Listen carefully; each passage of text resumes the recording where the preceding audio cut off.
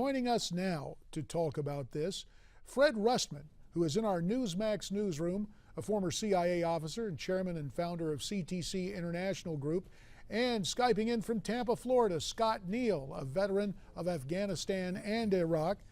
Fred and Scott, we thank you both for being here. Good to be here. Thank you very much. I appreciate it. Fred, let's go to you first. Vanity Fair has an article on its website concerning James Foley's execution.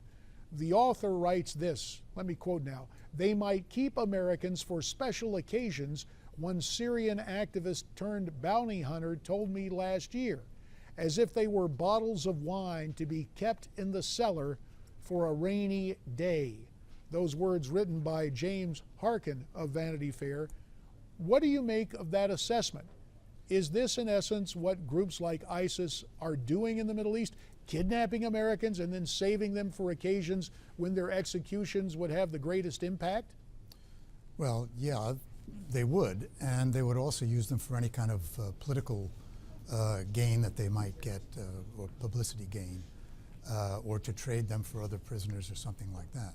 The problem is, I don't think that we're going to see too many more of these guys bargained for or released at all. In the days before the raid, the covert raid, which was indeed a covert raid, which means it was secret and it should never have been released. But in the days before that, there were 6 prisoners who had been released by the ISIS. And those 6 prisoners then came back and were debriefed, and that intelligence led to the raid.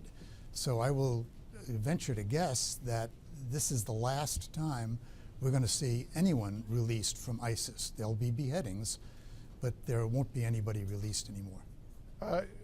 Fred, I know your beat was Langley instead of the Pentagon. You worked with the CIA. But the notion of the Pentagon releasing this information, Fred, did it shock you to see the word of the abortive rescue attempt that released yesterday afternoon? Yes, indeed. It was shocking, but you know, there's precedent. The president released the news about the takedown of Osama bin Laden just hours after he was killed, which denied the intelligence community reams of actionable intelligence. And he's done it again. Again, I can only repeat that the thing about these covert actions is they are covert. The sources and methods are covert. They are not to be released. And the only reason I can see that this is released was for the administration to say, "See, we're trying." It's just another political stunt.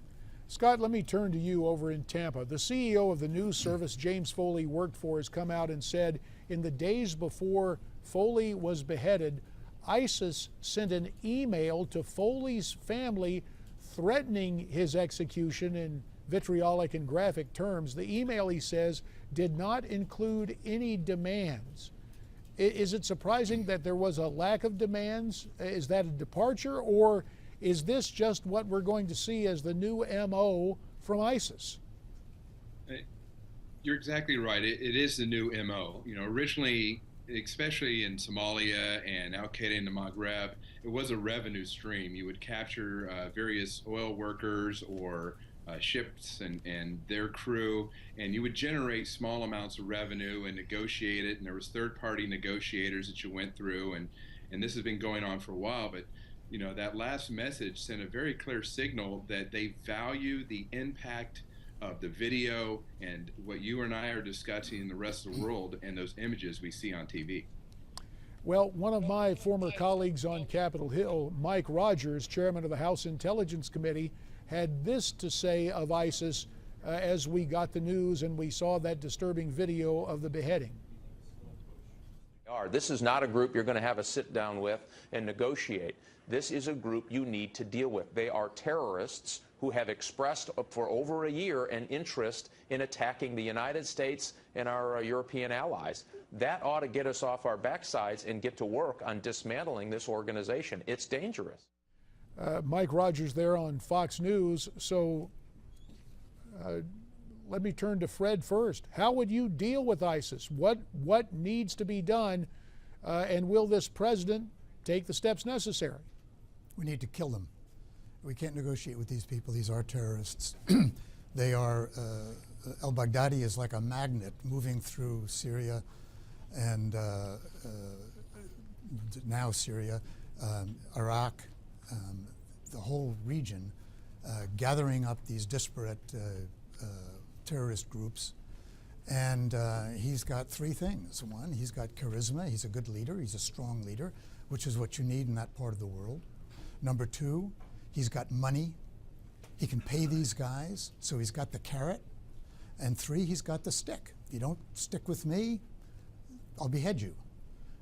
These people have to be annihilated, and we can do it, and we should do it.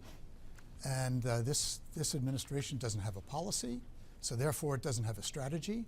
But its policy ought to be to inflict as much damage as fast as we can on ISIS before they come over here. Let's fight them over there. Let's not have to fight them when they come over here. All right, let's get Scott's take on this. Scott, you're a veteran of Iraq and Afghanistan. You are part of the boots on the ground. What role should Americans play in the annihilation of ISIS that Fred calls for? You know, certainly we have the tools, the tactics, the expertise from special forces and special operators to kind of meet the front lines of, vehicles and, the fighters. That certainly is capable. What you have to do is kind of, allow them to do what they can do and not restrict them before they even get on the ground. And there's a couple interesting things. Number one, everybody's fascinated right now about the precision raid that happened this summer, and I applaud that it's remained secret for so long because, that is what lets other raids happen and become successful in the quiet of the night.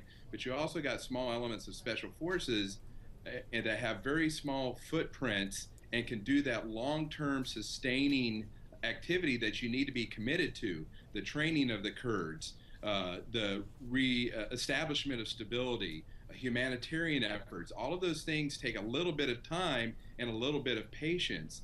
And sometimes when policy and news media cycles become impatient, it forces the hand and it puts us in a very vulnerable position.